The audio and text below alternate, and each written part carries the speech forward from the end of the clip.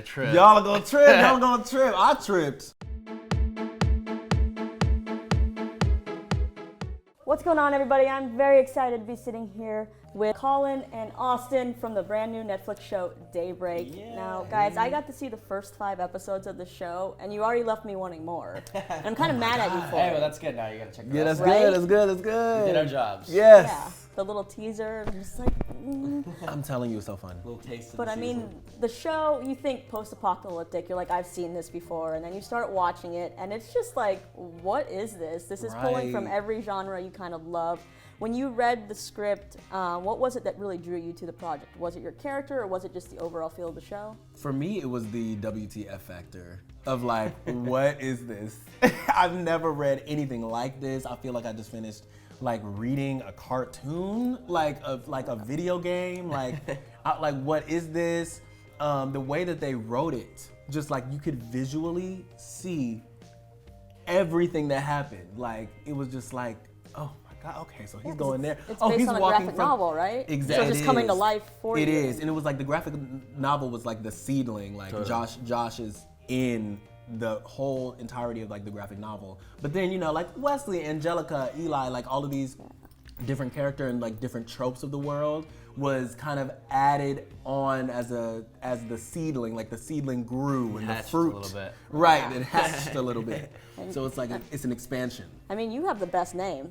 Wesley Wesley Fists, Fists. right? Wesley Like, if I Fists. didn't know what the character was, I'd be like, I don't want to mess with that guy in this Yeah, post-apocalyptic Wesley world. Fists. You're just like, no. Right. It's Yeah. like one of those names that you kind of, it speaks for yourself type thing. Totally. Like, it's like when you hear, like Pablo, it's like, oh, hold on, wait a minute. I don't want to be messing with Mr. Escobar. And it's like, Wesley Fists. It's got fists right there in the name. Yeah, and then you pop out with a sword because You that's your pop out weapon with of a sword, choice, right. right? What I want to know is, when you were making these characters, did you have any input? Did you bring anything of yourself to these characters, or did you just go with what was written? Or? What attracted me to being part of the project was getting to play like the pre and the post-apocalyptic versions of Josh, or 2 different kind of versions of the same character, and that really attracted me to it. And I got to bring a lot of like my own influence as like a skater kid in LA in high school. Like that was what I was skating the streets of Encino and Sherman Oaks, and so that was really cool to bring in like the skills that I had from high school and middle school into like the skating aspect of my character.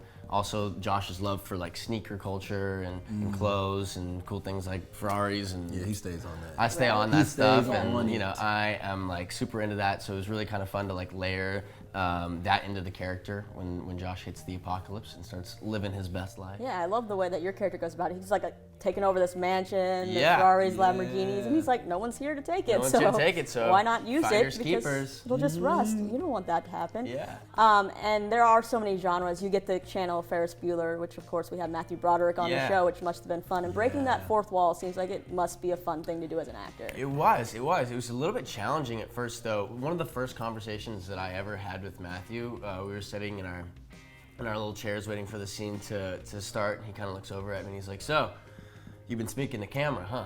And I was like, I'm like, "Yeah, man. It's difficult to get used to." And he asked me, he's like, "What's the hardest part for you?" And before I could even like finish what I was saying, when you're looking into the camera, I can't really, with these cameras it's a little different because the lens is smaller, but on a larger camera you can see your reflection you just see yourself in the in it. lens, and so I immediately start to like To judge, analyze to yourself like judge what and- I'm doing and stuff. And before I could even say like I could see myself in the lens, he said it out loud, and he's like, "Yeah, that was one of the things that I went through at first too." Yeah, So it was like nice to hear that he went through the same thing, Yeah. some odd years ago. Yeah. What kind of movie would your life be narrated by? Yours is a samurai, obviously. We have Angelica, who's kind of like Goodfellas. Yours is Ferris Bueller. So if we were throwing you guys personally into this story, how would your narration go? I don't know. That is a good question. Like That is a good that question is question. out of this world. Because you also have an awesome narrator, which I don't want to give away. I But know, like, right. you know, Oh man. No, yeah. Y'all are gonna trip. Y'all are gonna trip. Y'all gonna trip. I tripped. I would say mine would be in the style of like it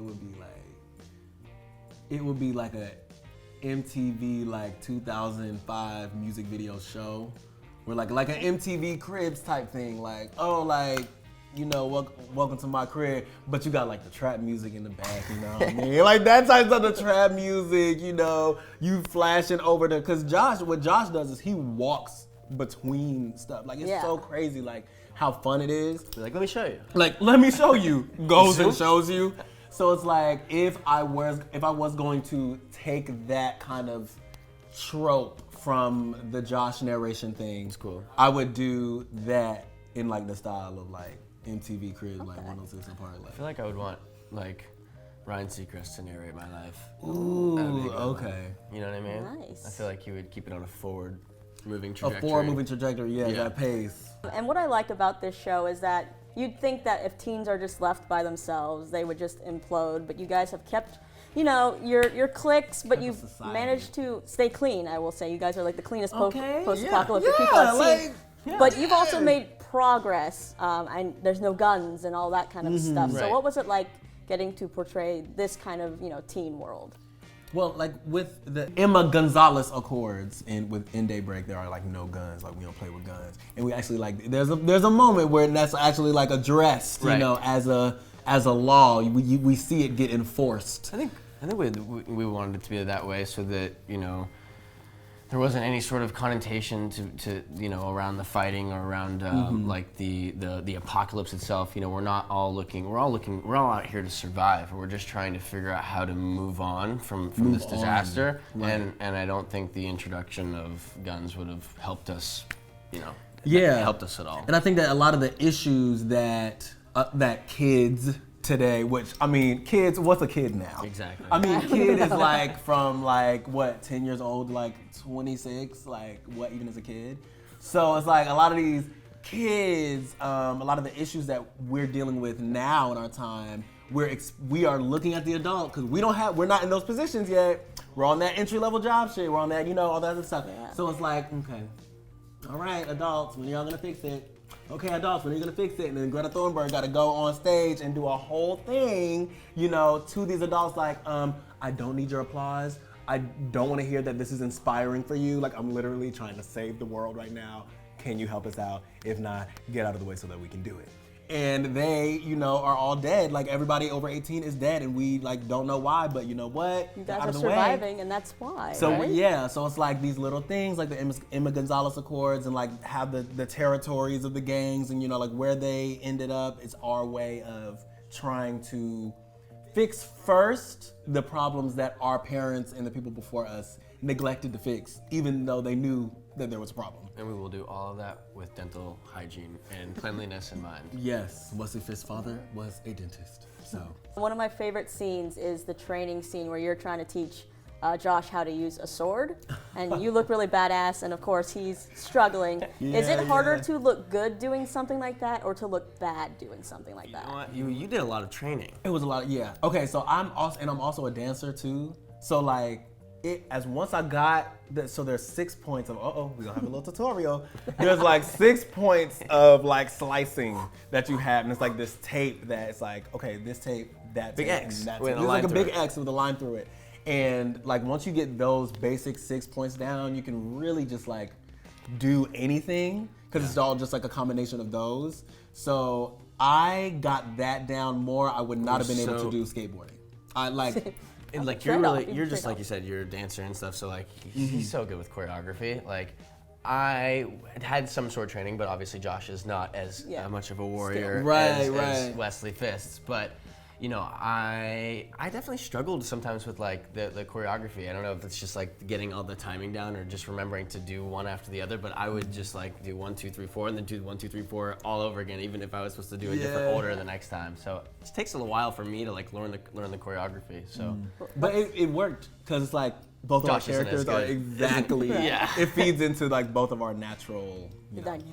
Yeah. Well, I mean, that's going to be helpful for you if the apocalypse ever does come, because now you know how to use a sword, right? That's one of the benefits of acting, I feel like, is you learn things that you can use. You learn things, and Yeah. you also learn, like, I would not have even been able to really immerse myself into like Japanese, samurai culture, really learning what the Bushido Code is, really learning what it means, if I did not have this role. So it's like a lot of times roles teach you like historical significance and like just relevance of culture in the world that you can apply to your real life, and then all of a They sudden spark you're the little smart flames person. for other things that you're like, wait, no, I do like this, or this is interesting. you know? Right, yeah. I feel like that must be like one of the best perks of that job. Yeah, being an actor. oh, absolutely.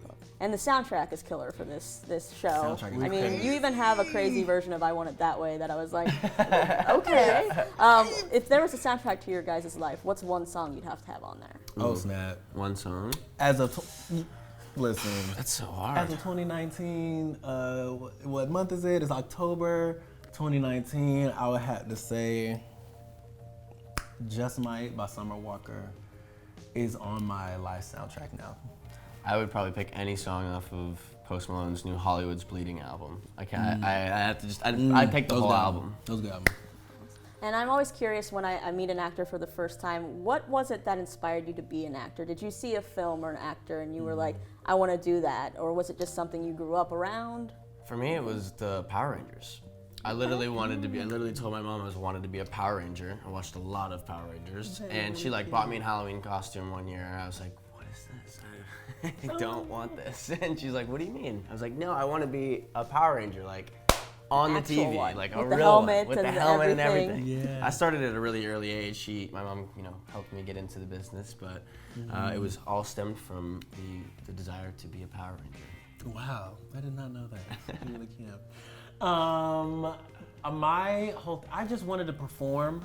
So like music is my main thing. That's like where my heart was, where my skills, were. So I started doing the stage, like theater, acting, musical theater when I was like 12.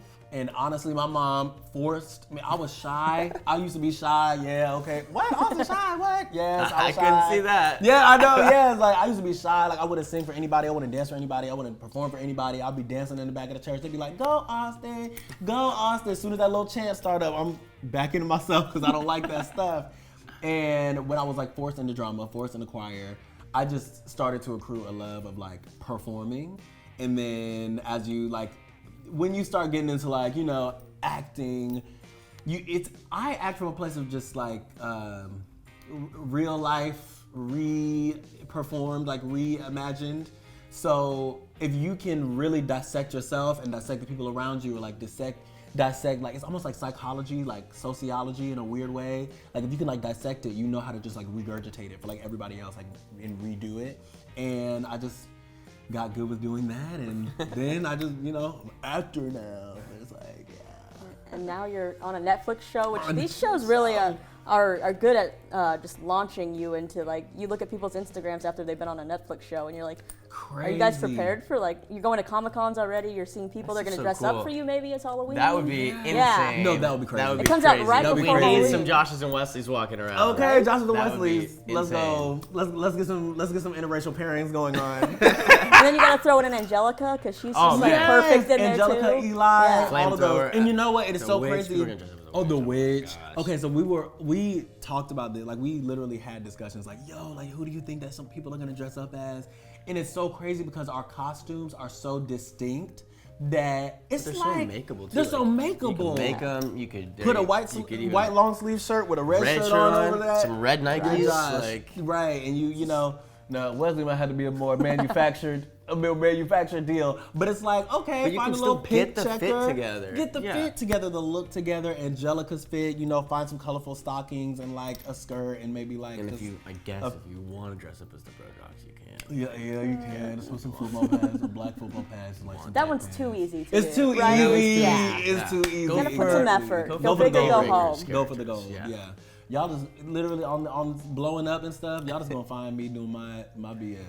Yeah, I'm gonna be on my BS. Y'all can find me at Austin Crute. I I'm mean, gonna who just knows? be on my Halloween, you guys might go out dressed as yourselves, and we'll see Oh, if yeah. anybody notices, right? BS. Okay. As your characters. They'll be like, yeah. no, you're not. It's too good, too easy to It's be too like, easy. no, you look like them, but You no, look you like can't right. be. It'll be one of those. Very cool. I'm excited for people to see this show. Why should people tune in? I think people should tune in because it's unlike anything you've ever seen before, and you're gonna love it.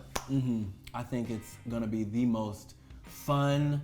What is going on here? Okay, I guess I'll just continue watching. Incredible, self-reflective, and insane experience. that you will have. An experience is the best word. Experience. I think it is an experience. The show itself is an experience. 2019 to 2020. It's gonna have happened to you. After Oh you watch yes, it's gonna have happened to you. Exactly, it's gonna have happened to you before you actually even experience really what's going on. So that's what I would leave. Have you fun. with. Have fun. Right? I mean, if that doesn't sell you, I don't know what's going to. Like- But, thank you guys for hanging out with Thank me you for today. having I us. love the show, so I'm excited to watch it. And you guys make sure to go watch it October 24th on Netflix. You can binge it all. Why wouldn't you want to? All of it. Come on. Strap in, douche waffles. Shit's about to get weird. Like the whole city go against me. And you thought we weren't gonna have any fun in the apocalypse. Shame on you.